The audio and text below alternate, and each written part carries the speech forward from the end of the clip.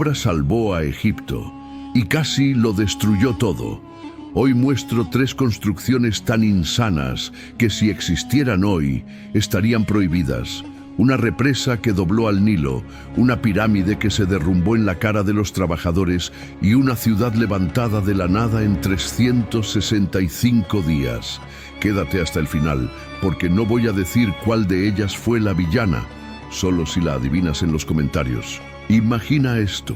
Hace 5000 años, cuando Grecia y Roma ni soñaban con existir, una civilización loca decidió desafiar lo imposible y construyó. Los egipcios operaron en una escala que nadie se atrevió a repetir por siglos. Impulsados por victorias brutales y una fe inquebrantable en los dioses, faraones insanos levantaron el primer megamonolito del mundo, el edificio más alto de la época, la represa más antigua, la fortaleza impenetrable, la ciudad más grande de la era y un monumento gigante al ego de un solo rey. El mensaje: no te metas con Egipto. Sus ingenieros forzaron los límites de la arquitectura, pero el precio fue sangre, traiciones y desastres épicos que casi acabaron con todo. En este video respondo 3 misterios que lo conectan todo: cómo domar una inundación que devora un país entero, cómo transformar escalones toscos en pirámides perfectas y por qué casi salió mal, y cómo un faraón loco prefabricó una capital de la nada en tiempo récord. Quédate hasta el final. La última revelación te dará la vuelta a la cabeza y cambiará para siempre la manera en que ves a Egipto.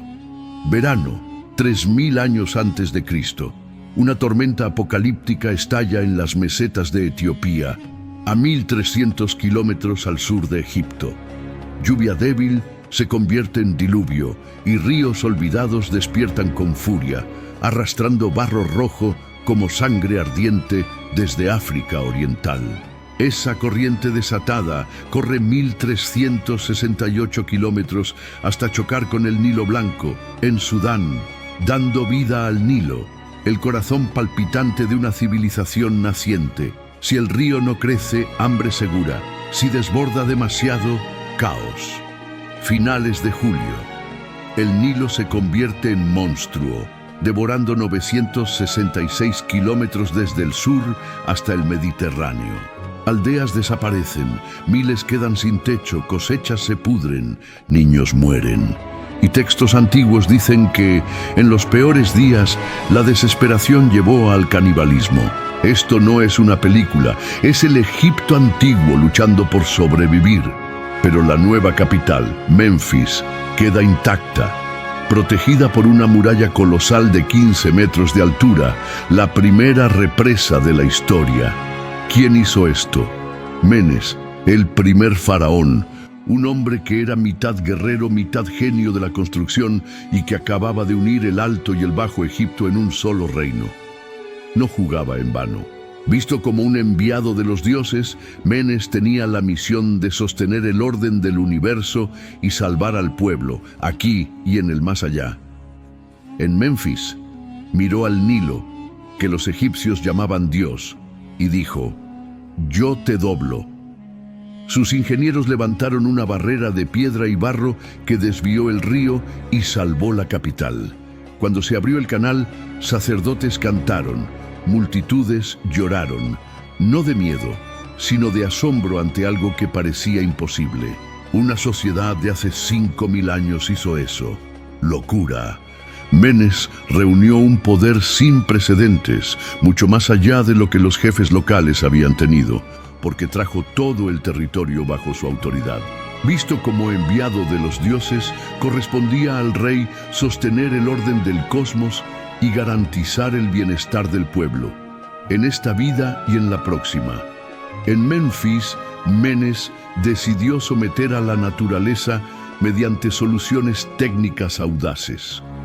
Inundaciones como la narrada se repitieron muchas veces a lo largo de los 5000 años de historia egipcia. Aunque los vestigios arqueológicos del gobierno de Menes son escasos, sabemos que tomó medidas radicales para contener tragedias de ese tipo. Sus ingenieros habrían levantado una barrera capaz de redirigir el curso del Nilo y proteger la capital. El Nilo siempre fue considerado un dios. Domarlo era algo que solo los dioses hacían.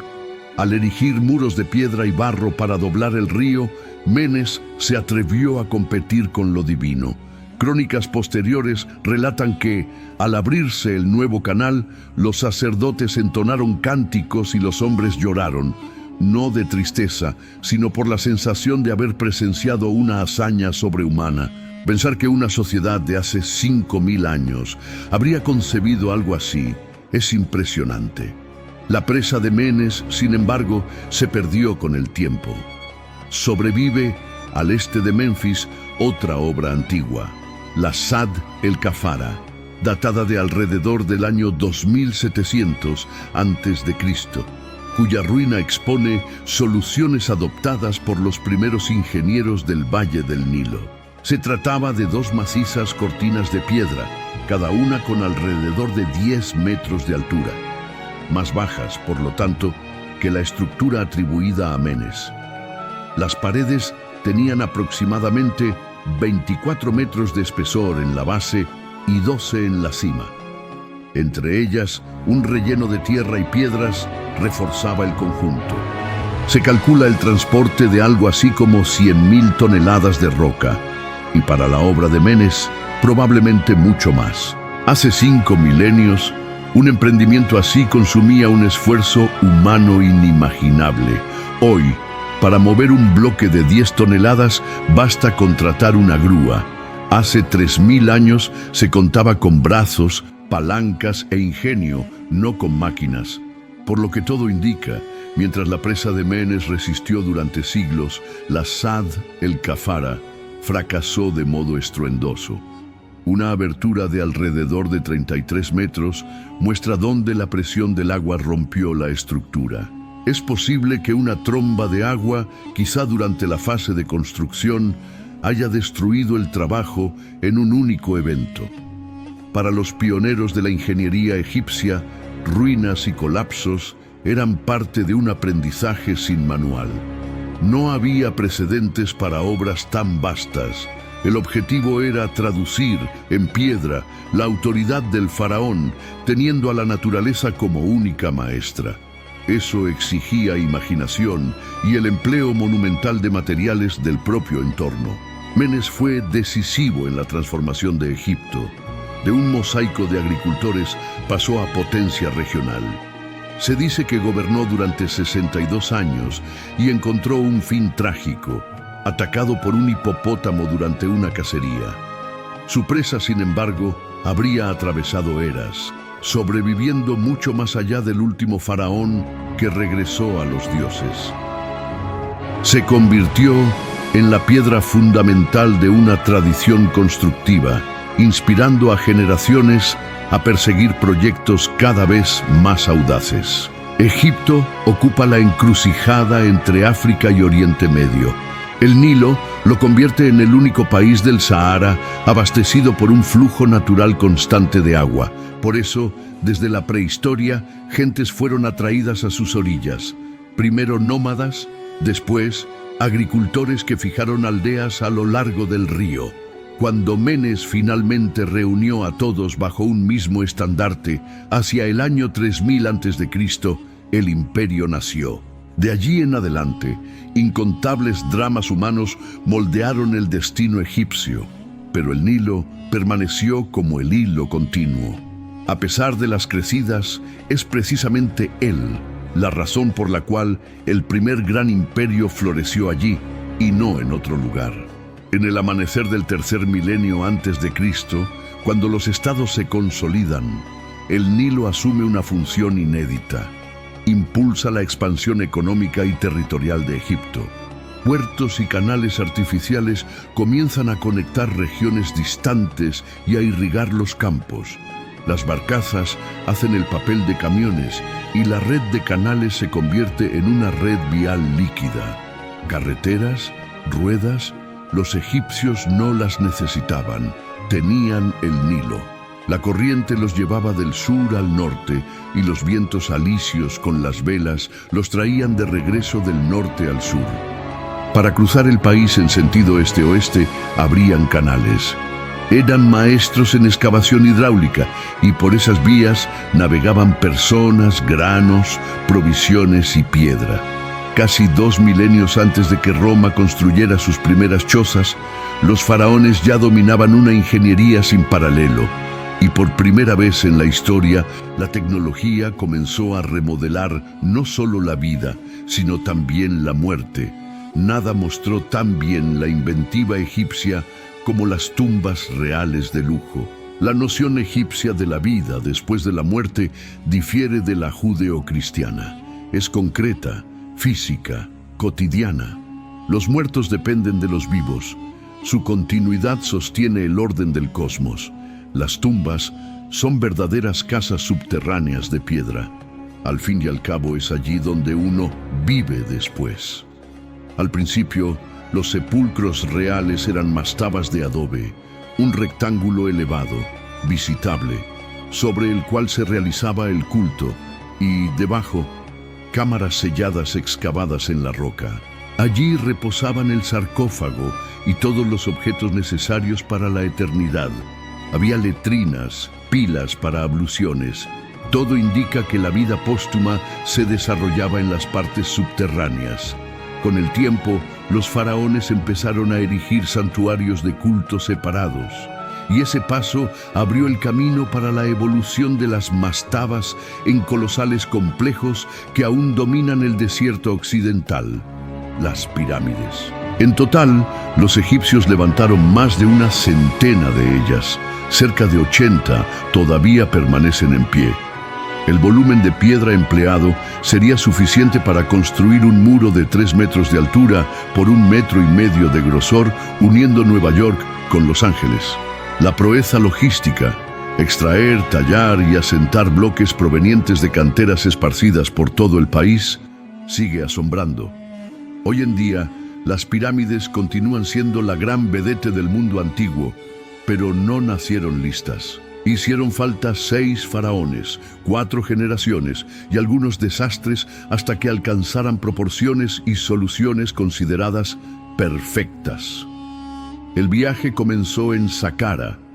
Allí, en el año 2667 a.C., el joven Djoser asumió el trono y encargó la primera superestructura de piedra de la historia.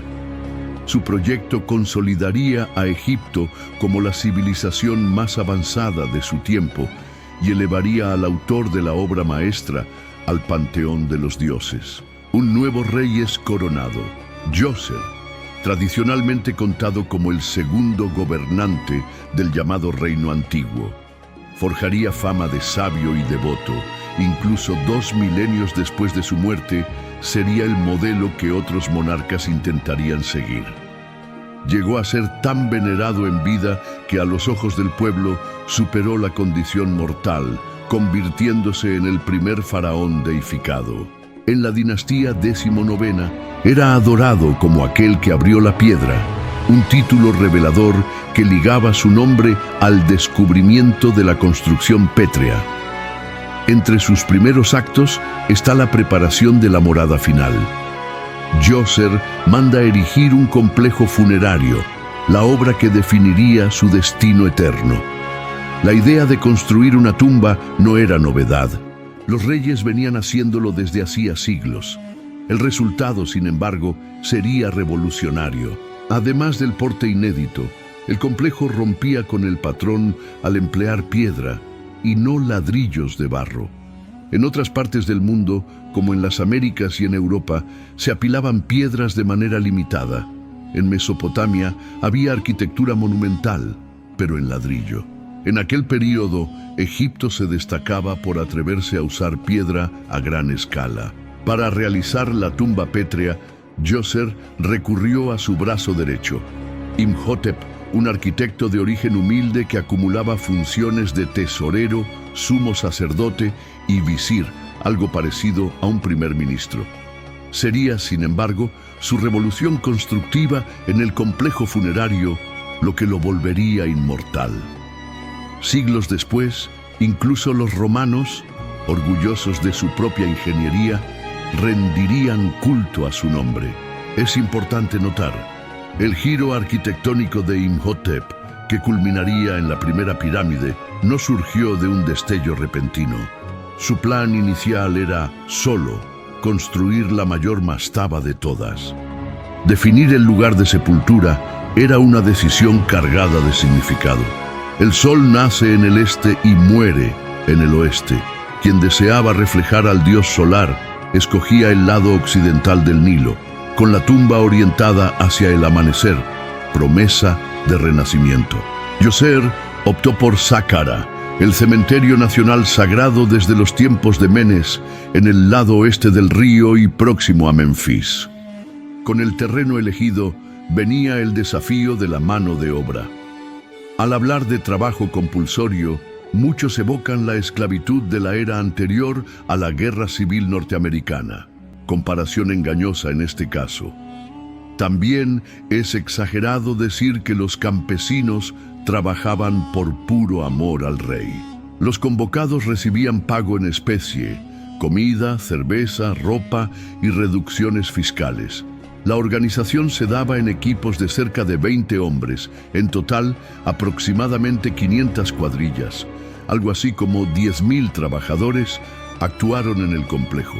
A ellos se sumaban miles de mujeres, movilizadas para cocinar, tejer y abastecer a los obreros. El secreto de la pirámide no reside solo en la técnica, sino en la administración. ¿Cómo coordinar a más de 10.000 personas? La logística preveía alojamientos, 55 por barracón, rutinas en la cantera para el corte de bloques, descansos periódicos e incluso días de pesca en el Nilo. Con la fuerza de trabajo estructurada, Imhotep pudo iniciar la primera estructura íntegramente de piedra del mundo. Pero antes de erigir, era necesario descender, excavar las entrañas del terreno donde la eternidad sería anclada. Imhotep comenzó descendiendo a la tierra. Abrió un pozo vertical de aproximadamente 7 metros de ancho y 28 de profundidad para recibir el sarcófago. Excavó enseguida un segundo eje por donde el cuerpo sería bajado. En torno a esos accesos, esparció un laberinto de cámaras subterráneas que funcionarían como palacio para la vida de ultratumba. A aproximadamente 300 metros al sur, mandó excavar otro conjunto destinado a guardar los órganos internos del faraón. En la momificación, era crucial retirar las vísceras que, de permanecer en el cuerpo, lo harían pudrirse. Pulmones, hígado, estómago e intestinos eran extraídos, deshidratados por semanas con sal y natrón, un carbonato, después purificados, ungidos, envueltos en lino y depositados en vasos canópicos. El cuerpo de Djoser, ya momificado, reposa en esa red de túneles bajo su pirámide. Son casi 6 kilómetros de pasajes prohibidos a los visitantes porque los techos corren riesgo de derrumbarse. En la época de Moisés, todo eso ya era milenario. La función de muchos corredores permanece enigmática. Algunos pueden haber sido trazados para despistar a los saqueadores. Otros, irónicamente, fueron excavaciones de los propios ladrones. Muy poca gente desciende hasta allí. Al doblar cualquier esquina, no se sabe qué aparece. Un tramo de escaleras, un corredor oculto. Es fácil perder la orientación. Una curva a la derecha, cuando se debería girar a la izquierda, basta para el desvío fatal. Ya cerca de la cámara principal, donde Djoser fue depositado, aparecen salas de servicio del palacio funerario, espacios para comodidades rituales o para albergar momias de parientes. Se llega a un recinto perfecto tallado en la roca, posiblemente con huesos de algún familiar. Imhotep multiplicó ambientes así, decenas de ellos. En uno de ellos reposa un sarcófago monolítico de alabastro perteneciente a un pariente real. Allí arriba se eleva la pirámide escalonada, considerada por muchos como el primer gran edificio de piedra de la historia. Pero lo que se ve en la superficie es solo la mitad del conjunto. Aquí abajo está el verdadero palacio de Djoser, la residencia póstuma de un faraón que contó con los mejores ingenieros de Egipto. Mientras el mundo subterráneo tomaba forma, Imhotep se volcó hacia la estructura que sellaría la tumba. Con abundancia de caliza y un ejército de trabajadores, se aventuró en un territorio técnico inédito. En el amanecer del tercer milenio antes de Cristo, los egipcios invertían en la mayor construcción pétrea del planeta, una tumba colosal bajo la batuta de Imhotep. En una ladera calcárea próxima a Saqqara, miles de hombres inauguraron una verdadera industria de extracción. El desmontaje seguía un método simple y obstinado: golpear la roca con percutores de piedra, abrir trincheras, soltar los bloques por debajo y hacerlos rodar hacia afuera de la cantera. Una vez extraídos, los bloques debían cruzar terreno accidentado usando solo cuerdas, trineos, músculos y determinación. Ruedas ya existían, pero se hundían y patinaban en la arena con grandes cargas. El trineo era el rey del desierto. Con la obra bien coordinada, Djoser pudo concentrarse en el fortalecimiento del reino.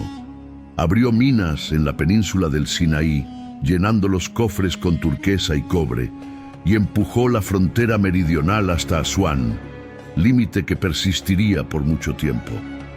10 años después de subir al trono, el faraón estaba confiado, y la tradición dictaba que la construcción siguiera hasta el último suspiro del soberano.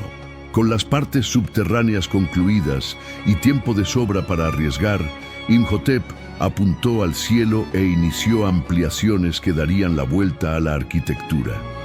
Sobre la mastaba original apiló una segunda, más pequeña, luego una tercera, una cuarta, capas como un pastel de celebración. Las albañilerías se mantuvieron firmes.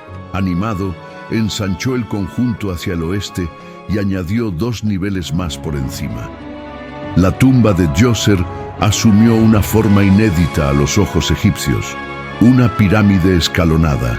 Es como si, en una sola obra, Imhotep condensara la evolución de los montículos funerarios en una declaración monumental que guiaría todas las pirámides futuras.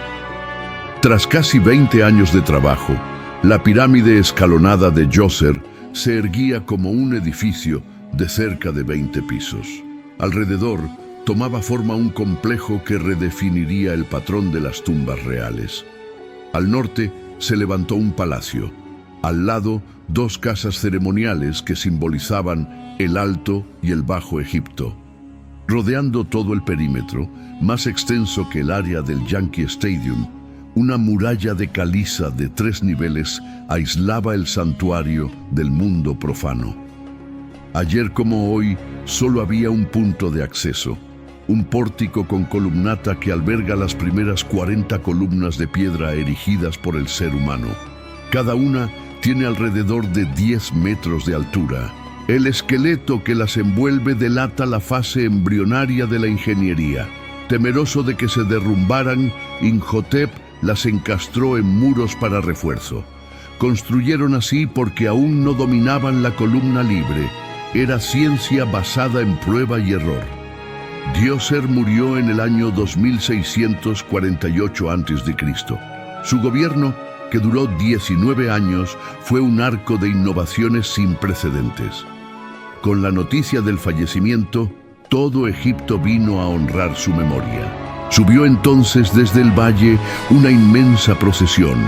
Sacerdotes, estandartes, ofrendas y plañideras profesionales que en llanto ritual se arrancaban los cabellos.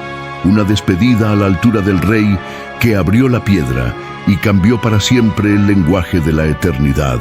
Tal vez un niño llamado Snefru haya asistido al funeral. Crecería a la sombra de aquella pirámide y un día se sentaría en el trono de Egipto. Como faraón, sería consumido por la idea de alcanzar la forma perfecta, una obstinación que repetidas veces tropezaría con el desastre. 35 años después de la muerte de Djoser, Snefru asciende al poder e inaugura la cuarta dinastía. Era hijo de Juni, pero por parte de madre tenía linaje de una reina secundaria. Para cimentar su legitimidad, se une en matrimonio con su media hermana Eteferes, de sangre real incontestable. Entre los soberanos egipcios, los matrimonios consanguíneos eran norma. No pocas veces el rey desposaba a su propia hermana. La práctica se anclaba en el mito. Osiris e Isis eran hermanos. Y al imitar a los dioses, el faraón reforzaba su aura divina. Apuntando a esa divinización, Snefru lanza una campaña de encantos sin precedentes para conquistar corazones. Trataba incluso a campesinos como mi amigo o mi hermano. Para eclipsar el legado de Djoser, emprende una cruzada de refinamiento técnico que lo marcaría como leyenda. Entre las 7 maravillas inventariadas por los griegos, jardines colgantes de Babilonia, Coloso de Rodas, Templo de Artemisa, entre otras, solo las pirámides enfrentaron los siglos incólumes. El reinado de Snefru hace el puente entre la pirámide escalonada de Djoser, brillante pero incipiente, y la apoteosis en Giza, la gran pirámide de Khufu. Por prueba y error, Snefru resuelve problemas y transforma la construcción de pirámides en arte. Para financiar sus canteras, saquea a los vecinos, Nubia, Libia, Sinaí, hazañas que le rinden el epíteto de aplasta bárbaros y consolidan su fama. Su primera gran prueba ocurre en Meidum, al sur de Saqqara, donde las ruinas de su pirámide, en parte arruinada, aún dominan el horizonte. La pirámide de Meidum es un enigma. ¿Se habría derrumbado, habría sido despojada de su revestimiento o simplemente quedó inconclusa? Meidum es un parteaguas. El núcleo estaba formado por 8 terrazas de piedra, levantadas en ángulo pronunciado. Snefru manda rellenar los escalones con bloques y recubrir todo con un manto de caliza pulida, creando caras lisas. Era como si se negara a subir escaleras. Quería un ascensor simbólico hacia el cielo. En la iconografía solar, la pirámide cristaliza los rayos del sol, luz solidificada. A primera vista, la remodelación pareció funcionar. Bajo la piel brillante, sin embargo, había un vicio. Al observar la estructura hoy, se distinguen franjas, superficies alisadas del núcleo interno, como planos de bajo rozamiento. Cuando algo reposa sobre ellos y empieza a deslizarse, nada detiene el movimiento. Pasados 4.600 años, quedan apenas 3 de los 8 escalones originales y el revestimiento encargado por Snefru yace a sus pies en una montaña de escombros calcáreos. ¿Sería esa la prueba de un colapso? La hipótesis del derrumbe total encuentra resistencia. Registros del nuevo imperio citan a un visitante que exaltó su gloria. Si la obra hubiera caído por completo, difícilmente la habría celebrado. Aún así, las acciones de Snefru parecen dar combustible a la sospecha. En su segundo decenio en el poder, abandona Meidum y empieza de cero en Dahshur, una franja virgen de desierto cerca de Saqqara. Allí, sus ingenieros intentan erigir la primera pirámide verdadera desde la fundación. A medida que la obra se eleva, un nuevo pesadilla estructural se anuncia. Casi a la mitad surgen problemas. En los corredores internos se abren grietas. Muchos defienden que el macizo reposaba sobre un lecho rocoso inestable. Conforme ganó altura, aparecieron fisuras, imponiendo la necesidad de aliviar peso. Snefru se niega a abandonar la empresa. Para salvar el proyecto, sus constructores amplían la base en 15 metros por cada lado y en el proceso toman una medida drástica. Cambian el ángulo de inclinación de 54 grados a 43 grados. El resultado, de perfil inconfundible, es lo que hoy llamamos la pirámide acodada. es la favorita de muchos, un monumento que registra en piedra el intento humano de corregir su propio rumbo. A pesar de su determinación en concluir la acodada, un dato arqueológico denuncia la insatisfacción del rey. Se erige otra pirámide apenas a 1 kilómetro al norte. Inscripciones atestiguan que esta, la llamada Pirámide Roja, también pertenece a Snefru. Después de 2 intentos frustrados de alcanzar superficies perfectamente lisas, el faraón arriesga todo su legado en una última jugada. Vuelca en la obra la totalidad de los recursos del reino, mano de obra, tesoro y las mentes más brillantes, en un empuje final hacia la gloria. Se nota un impulso casi obsesivo por conquistar la forma ideal, cueste lo que cueste, aunque vaciara las arcas y movilizara ejércitos enteros para extraer, transportar y asentar volúmenes colosales de piedra. Construir una tercera pirámide para un único soberano significaba desangrar al Estado. Pero Snefru, político hábil, sabía cómo vender su fijación. Fue un maestro de las relaciones públicas, el primero en promover su nombre personal, en lugar de solo el nombre de trono, adoptando un tono aparentemente humilde para, paradójicamente, engrandecerse y sacralizarse. Para evitar los tropiezos anteriores, los ingenieros de la Roja optan por una inclinación más suave y refuerzan los cimientos con bloques gigantes de piedra caliza de mejor calidad. Los módulos crecen en escala, se vuelven enormes. Los constructores, ahora experimentados, muestran confianza al desplazar y posicionar piezas de varias toneladas, un salto en relación con los componentes menores de las obras escalonadas. Así, piedra por piedra, la obsesión de Snefru se transforma en método, y la búsqueda de la pirámide perfecta deja de ser un sueño para convertirse en un estándar. Para desplazar cada bloque, cerca de 20 hombres lo ataban a un trineo de madera y lo arrastraban por una rampa de barro. Para disminuir la fricción, vertían agua delante de los patines. Hasta hoy permanece abierto cómo eran esas rampas. 3 hipótesis dominan el debate. Una rampa única y rectilínea, colosal, apoyada en uno de los lados, rampas en espiral rodeando el monumento, o un arreglo híbrido que combinaba ambas. La verdad es que tal vez nunca encontremos la prueba definitiva. Los relatos de los trabajadores hablan de cuerdas que crujían, de pies descalzos que marcaban la arena y de cantos que marcaban el ritmo de la subida. Mientras las caras de la pirámide iban creciendo, cada rampa, fuera recta o en espiral, se transformaba en una avenida por donde desfilaban bloques y hombres unidos en un esfuerzo que parecía interminable. Cada investigador sostiene su versión y la certeza siempre se escapará un poco. Después de asentar el núcleo con bloques brutos y colocar la piedra de coronamiento en el ápice, venía el acabado. Un revestimiento de piedra caliza blanca de alta calidad, aplicado de arriba abajo.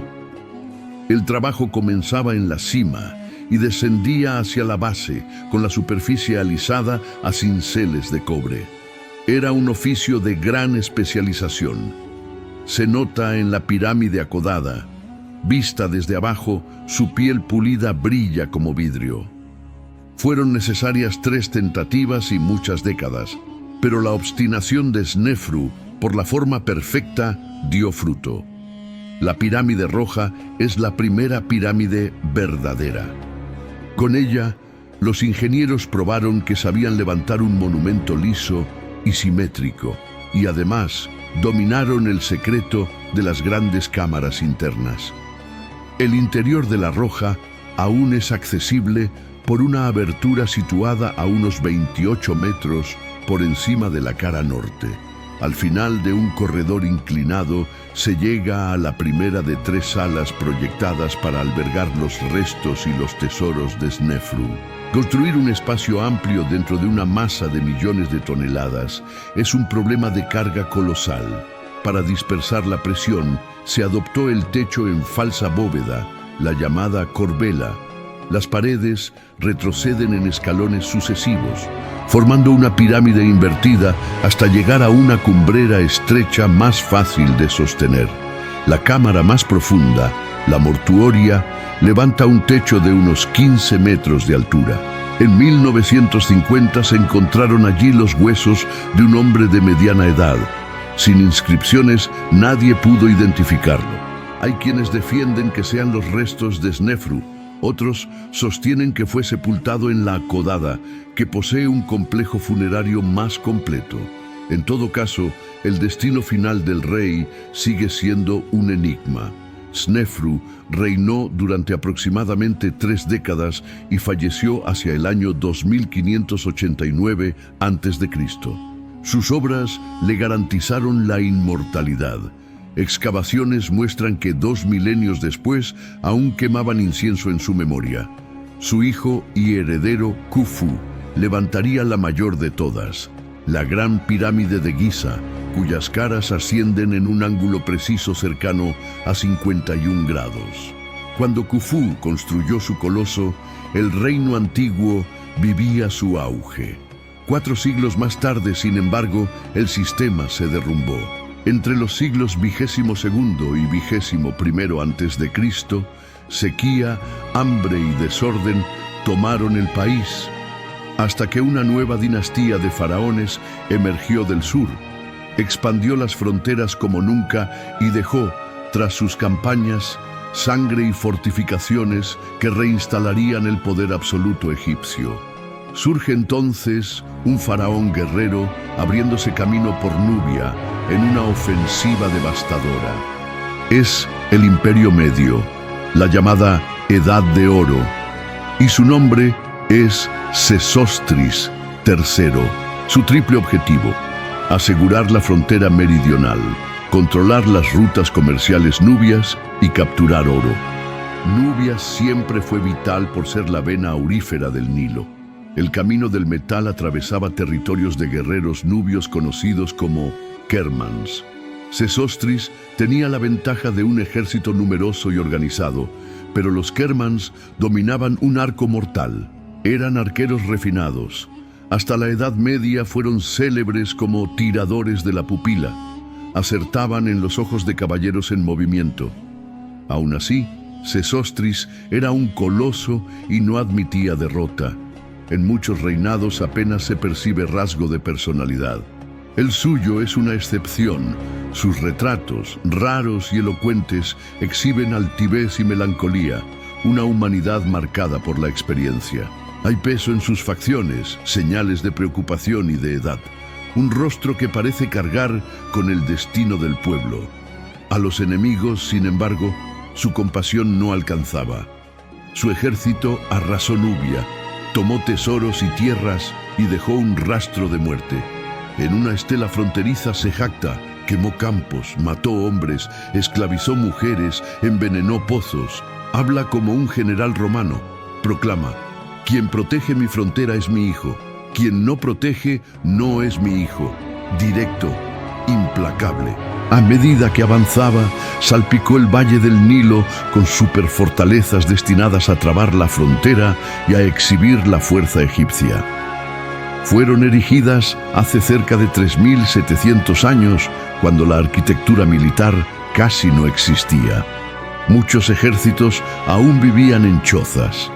Los egipcios, sin embargo, comprendieron la lección. Nubia era, al mismo tiempo, preciosa y peligrosa. Los vestigios de esas ciudadelas resistieron hasta el siglo XX, atestiguando la calidad de su ingeniería.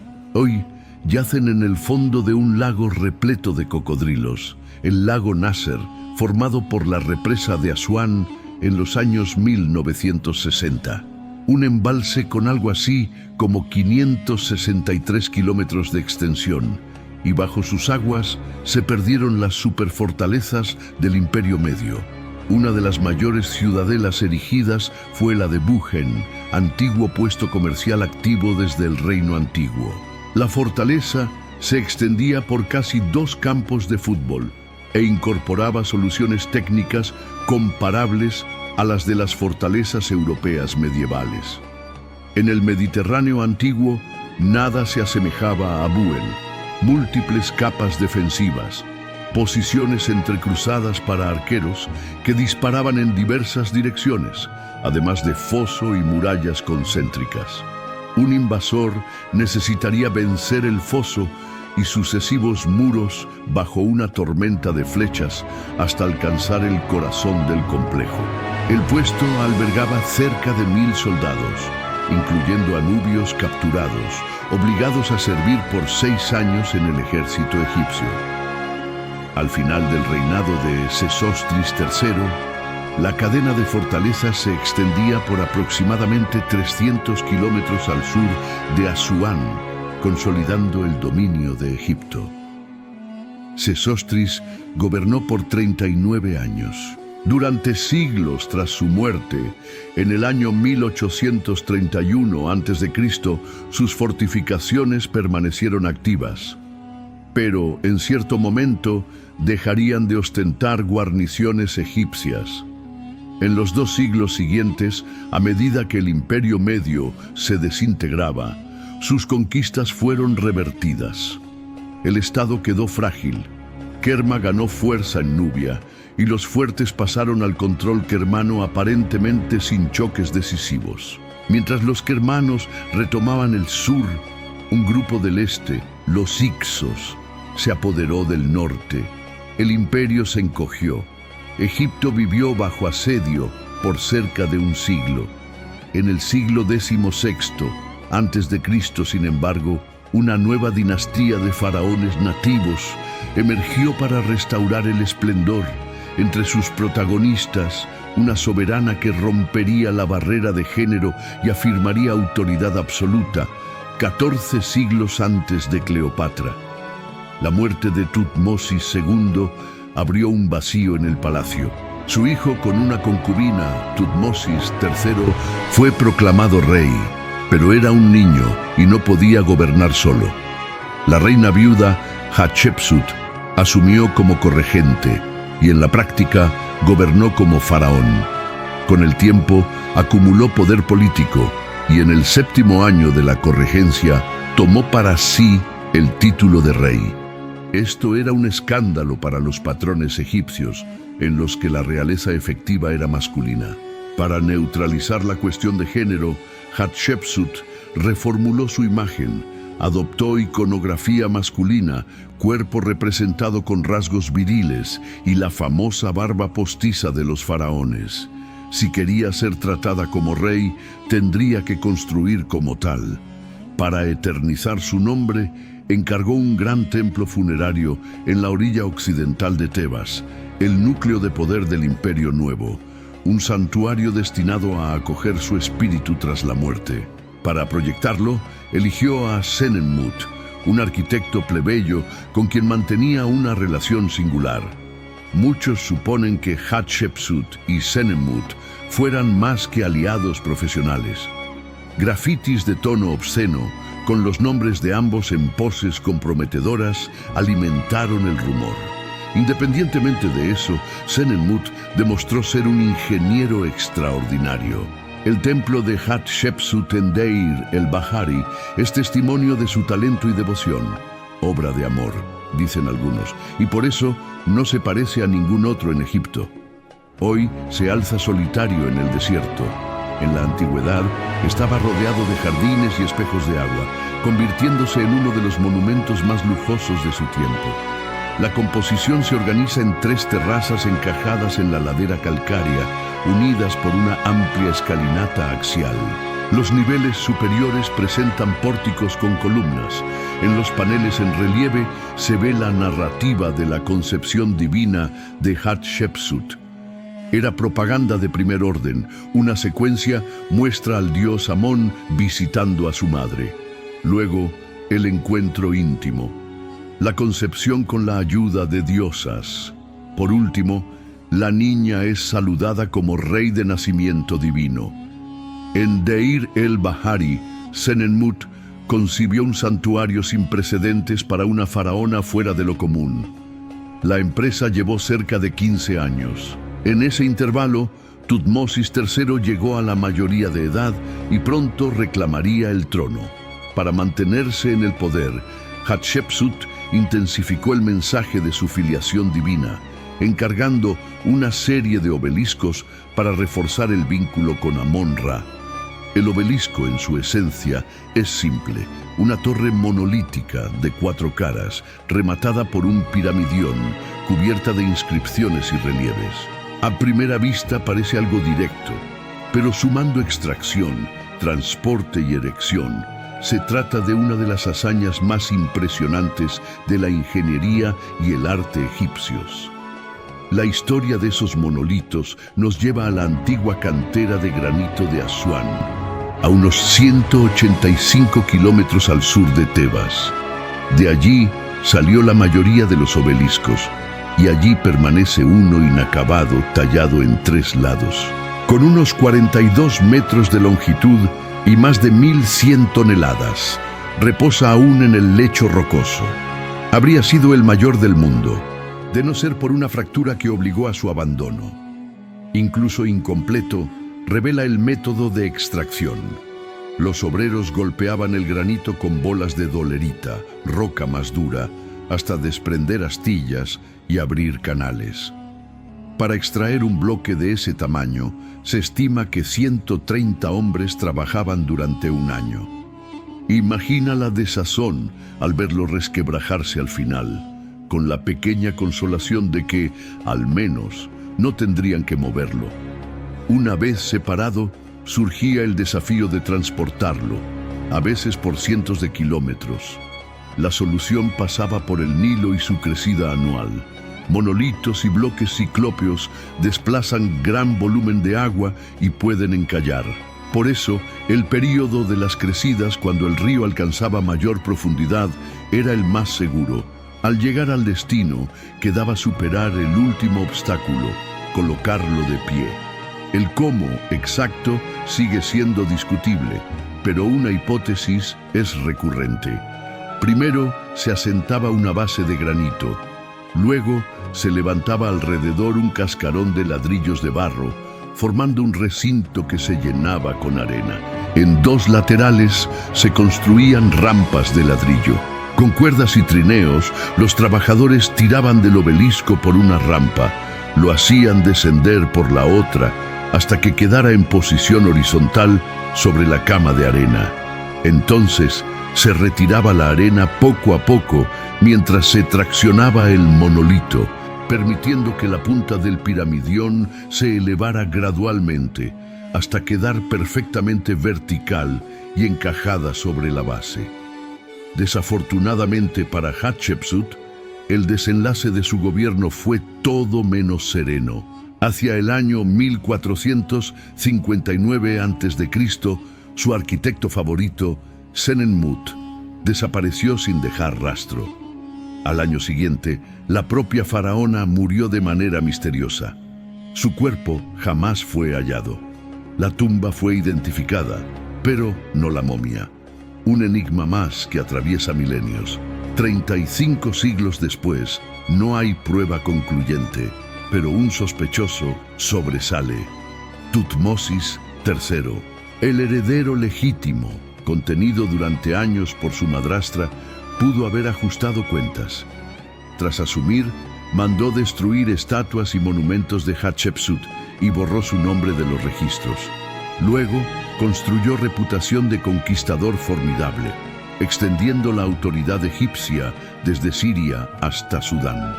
Después de Tutmosis III, esos territorios se convirtieron en vasallos como nunca antes. Él fue, por encima de todo, un vencedor. Cerca de 1200 años después de la primera pirámide, Egipto alcanza su apogeo. Y es precisamente cuando todo parece inviolable que surge un faraón rebelde, con una visión tan radical que sacudiría el imperio hasta los cimientos. Su sed de autoridad absoluta culminaría en la fundación de una capital enteramente nueva, concebida para situarlo literalmente en el centro del universo. En Karnak, corazón de la vida religiosa y política, se instala la expectativa. Muere el amado Amenhotep III. Su hijo, Amenhotep IV, está a punto de convertirse en el hombre más poderoso del país. Desde el inicio, señala que su reinado será diferente. Amenhotep significa Amón está satisfecho. En el Imperio Nuevo, Tebas había ascendido a capital y Amón a rey de los dioses. Los sacerdotes de Amón, establecidos en Karnak, controlaban cerca de un tercio de la riqueza nacional y dictaban la ortodoxia. Amenhotep IV, sin embargo, no admitiría ningún poder paralelo. Nacía un choque frontal entre iglesia y Estado. Entre las divinidades asociadas a Amón estaba Ra, la fuerza detrás del sol.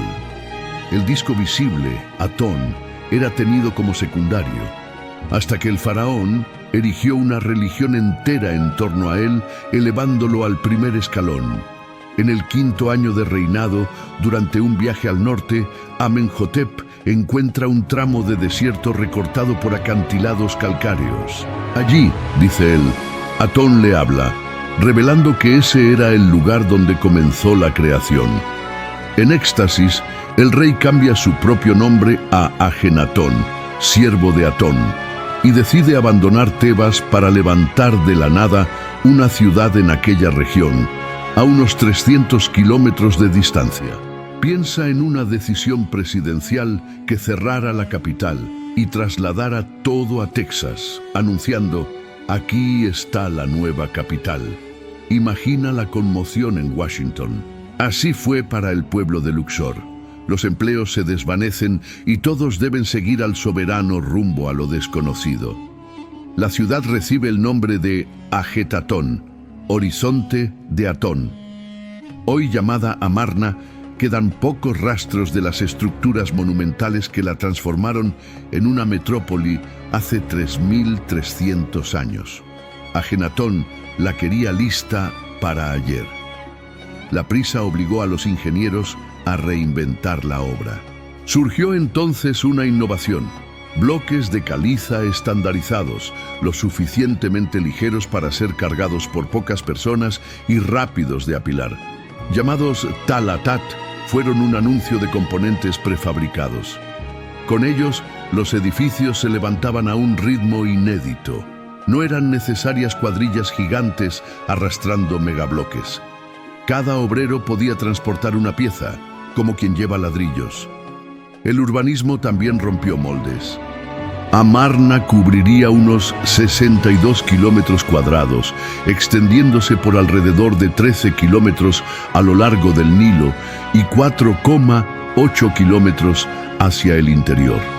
El trazado irradiaba a partir de la tumba real, como rayos solares emanando del espíritu del faraón. Una amplia vía procesional corría paralela al río, conectando el centro con los palacios y templos. Ajenatón eligió un vacío e impuso en él un orden, quizás la primera gran ciudad planificada de la historia. La velocidad impresiona. En 2 años ya albergaba a unos 20.000 habitantes y ofrecía servicios y comodidades. Los límites estaban marcados por enormes estelas fronterizas, con inscripciones claras de posesión. En Amarna, el faraón modeló un universo propio, con él y su familia en el centro. En las representaciones, cualquier persona fuera del núcleo real aparece encorvada, postrada de manera casi permanente ante Ajenatón y los suyos. Un protocolo de deferencia nunca antes visto con tal intensidad. El Rey Sol mantenía 4 grandes palacios, cada uno con una función específica. El único con vestigios sustanciales hoy es el Palacio del Norte. Restos de establos y pinturas de aves sugieren un refugio natural privado.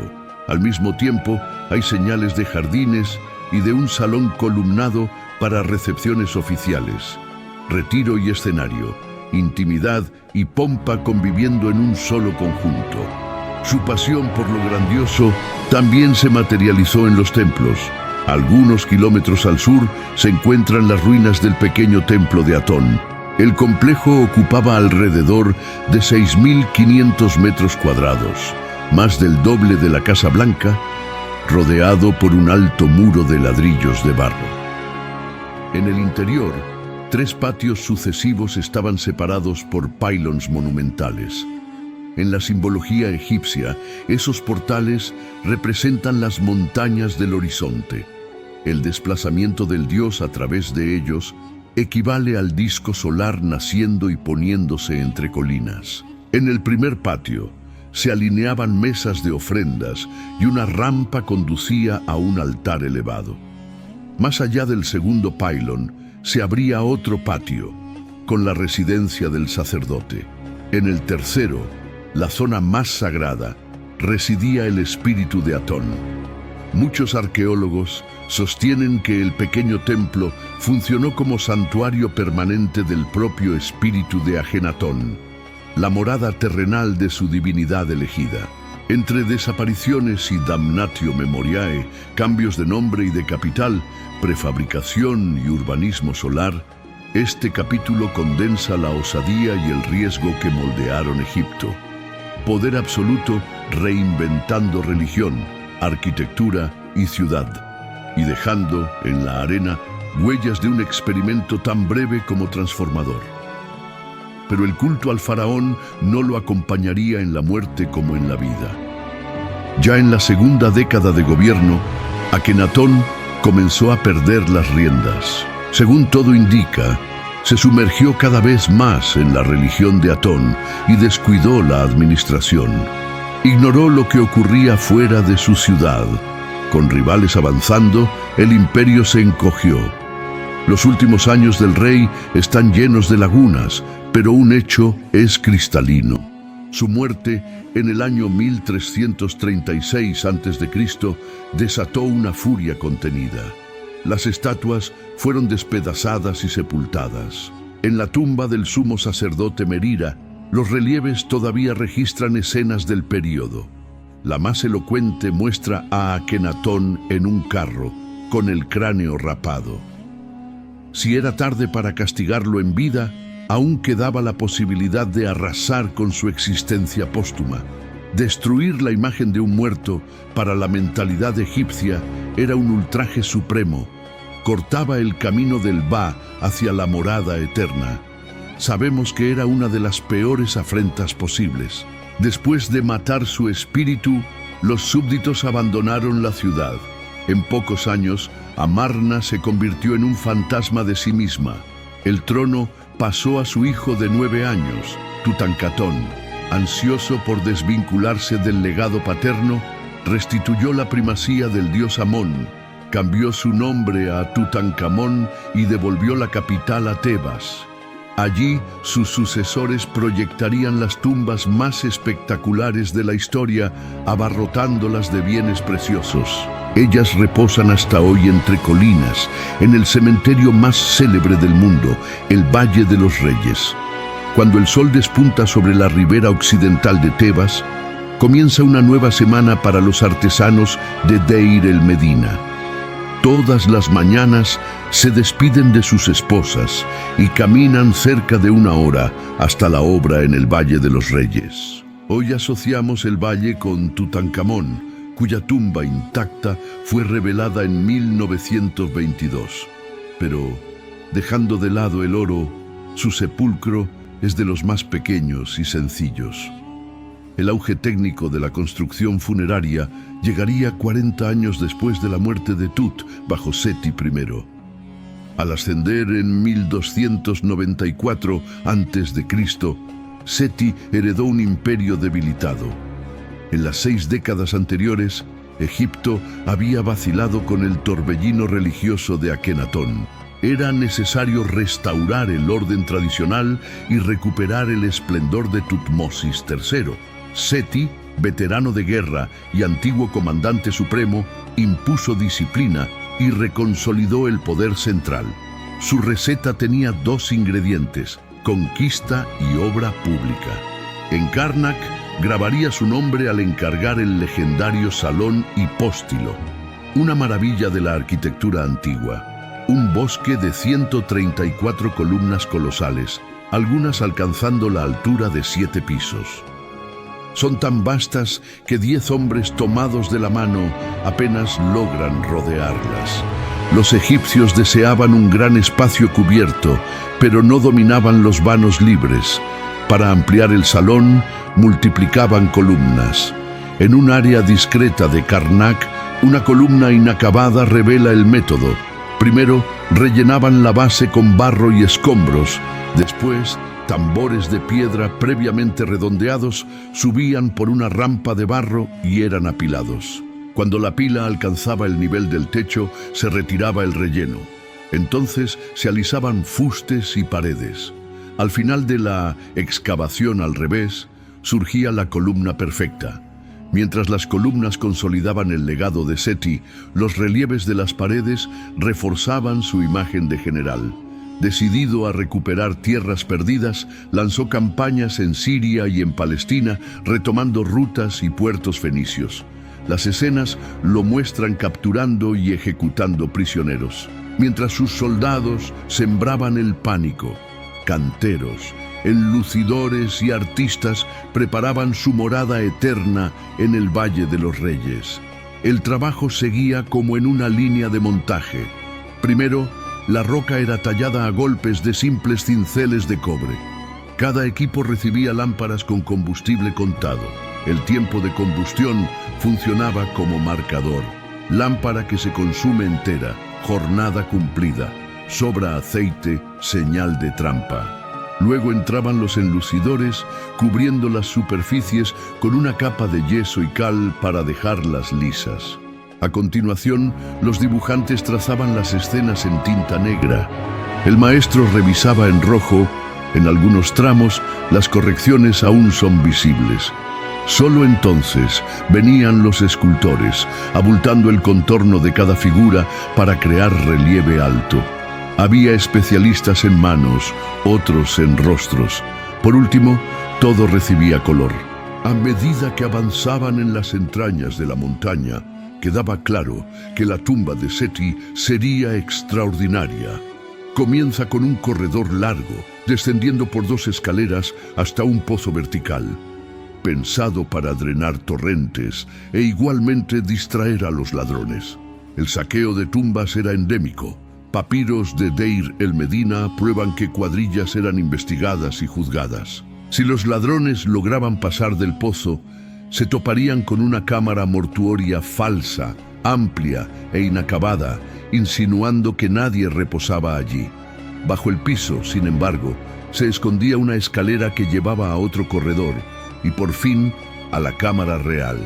Allí Seti fue depositado. Su tumba es muchas veces señalada como la más deslumbrante del valle.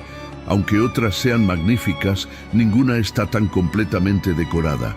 Seti I, cuyo conjunto de obras y victorias devolvió prestigio a Egipto, murió de forma inesperada en 1279 a.C. Exámenes de la momia sugieren menos de 40 años de edad. Con su partida, el bastón pasó a Ramsés II. Él tendría más de 100 hijos, sobreviviría a la batalla más célebre de su tiempo y esparciría por el territorio una cantidad asombrosa de monumentos a su propia gloria. Su reinado de 67 años marcaría el cenit de la civilización faraónica y, irónicamente, sembraría las semillas de su futura caída. Una fuerza de tarea internacional de ingenieros y arqueólogos se movilizó para impedir que uno de los tesoros de Egipto desapareciera bajo las aguas. El escenario es Abu Simbel, en el extremo sur del país, donde 2 templos colosales, tallados en el reinado de Ramsés el Grande, corrían el riesgo de ser tragados por el avance del lago Nasser, reservorio formado tras la construcción de la represa de Asuán, a unos 225 kilómetros río abajo. En una carrera contra el reloj, consorcios de 5 naciones cerraron cuidadosamente los templos en bloques numerados y los transportaron piedra por piedra hacia un terreno más alto, a unos 61 metros arriba y 183 metros hacia el interior. En el nuevo sitio recolocaron cada pieza en 2 montañas artificiales de concreto. 4 años después, y 3200 años tras su creación, Abu Simbel ganó una nueva morada. Pareció un prodigio, un gesto de cooperación global y un diálogo elocuente entre la ingeniería de ayer y la de hoy. Los templos de Ramsés II y de la reina Nefertari representan la cúspide del faraón más exuberante de la historia egipcia. Fueron esculpidos en la cara de un acantilado intacto. Imagine el monte Rushmore y detrás de las cabezas una catedral entera excavada en la roca. En el siglo XIII a.C., cuando Ramsés reinaba, los egipcios ya tallaban piedra desde hacía 1500 años y dominaban el oficio como nadie. Si alguien dudaba de que la ciencia podía transformarse en arte, Abu Simbel es la respuesta. Un conjunto que muestra lo que nace del encuentro entre técnica, estética y una dosis generosa de ego. Ramsés II gobernó casi 7 décadas y encarnó al faraón de los faraones. Desde pequeño todas las expectativas de la dinastía recaían sobre él. Era tratado con la deferencia reservada a los dioses. El niño de oro se convirtió en el novio y esposo más disputado. A los 21 años ya contabilizaba al menos 21 hijos y algo como 17 esposas. A lo largo de la vida generaría unos 110 descendientes y probablemente un número semejante de hijas. Parte de esto era imagen de virilidad. El faraón era el toro, símbolo primitivo de potencia sexual. Su sangre se esparció tanto que, siglos después, multitudes tendrían alguna gota ramésida. En el campo militar, su nombre también resonó. Durante siglos, Egipto rivalizó con los hititas por el control del Levante. Seti I, padre de Ramsés, había reconquistado áreas, pero el adversario seguía siendo temible. Al frente de algo como 20.000 hombres, la mayor fuerza que Egipto había movilizado, y equipado con carros, arcos compuestos y nuevas armas, Ramsés invirtió en Siria. En menor número, luchó hasta un sangriento impas y regresó en triunfo. Mandó eternizar su valentía en relieves en varias construcciones, incluso en el propio Abu Simbel. Las obras del Gran Templo comenzaron alrededor de 1269 a.C., en el 10º año de su gobierno. La técnica recordaba la excavación de tumbas, múltiples frentes de trabajo, tallando simultáneamente del exterior hacia el interior. Todo fue esculpido en el macizo rocoso. En la fachada, 4 colosos de Ramsés, cada uno con unos 21 metros de altura, dominan el paisaje. Son las esculturas en piedra más grandes jamás ejecutadas en Egipto. Dentro, un salón con 8 estatuas del faraón da paso a otra cámara, a un santuario y a salas menores. El programa iconográfico es inequívoco. Probar que Ramsés era un dios en vida. Él aparece venerando a los dioses y venerando su propia imagen divinizada. El corazón del templo es el santuario, a aproximadamente 60 metros del pórtico. Allí, 4 figuras representan potencias máximas: Ta, el creador; Amón, el supremo; Ramsés, deificado; y Ra Harakti, el sol. 2 veces al año, el 22 de febrero y en octubre, un rayo solar invade el interior y baña los rostros de 3 de esas figuras, precisamente las asociadas al rey: Ramsés, Ra Harakti y Amón. Algunos ven en esas fechas alusiones a cumpleaños o coronación. Otros consideran mera casualidad geométrica. Fenómenos así ocurren. Incluso en una casa común, el sol toca el mismo punto solo en días específicos del año. Anexo al gran templo se levanta el de Nefertari. Dueño de un harén vasto, Ramsés reservó devoción especial para ella. En las representaciones, Nefertari es de una belleza fulgurante. Inscripciones la exaltan como la mujer por quien sopla el viento del norte. La fachada exhibe 6 estatuas, 4 de Ramsés y 2 de la reina, cada una con cerca de 10 metros de altura. Es el templo más antiguo en el que la consorte aparece a la misma escala que el rey, señal de prestigio poco común. Al igual que su esposo, Nefertari también es divinizada allí, figurando como Hathor. En el apogeo ramésida, los dos templos eran un recordatorio contundente para los viajeros. Más adelante se extendía un imperio poderoso. Ese mismo imperio, moldeado durante casi 2 milenios, entraría en decadencia en el milenio siguiente. Pocas centenas de años después de la muerte de Ramsés, en el año 1212 a.C., el Imperio Nuevo sucumbió a la combinación familiar, liderazgo débil y economía tambaleante. Enseguida, extranjeros, nubios, libios, asirios, persas, hasta Alejandro Magno, gobernaron el Valle del Nilo. Finalmente, con el suicidio de Cleopatra VII, Octavio trajo las legiones de Roma y puso fin a la historia del Egipto antiguo. La arena engulló templos que, como su civilización, durmieron durante siglos. En nuestra era, sin embargo, fueron desenterrados y, como en Abu Simbel, renacidos para declarar nuevamente la genialidad del primer gran imperio del mundo. Los egipcios sentaron las bases de lo que llamamos ingeniería. Fueron, en muchos sentidos, sus inventores.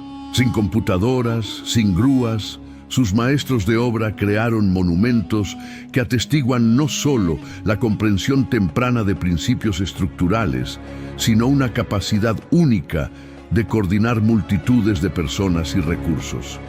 Trabajaron en una escala que nadie igualó durante milenios.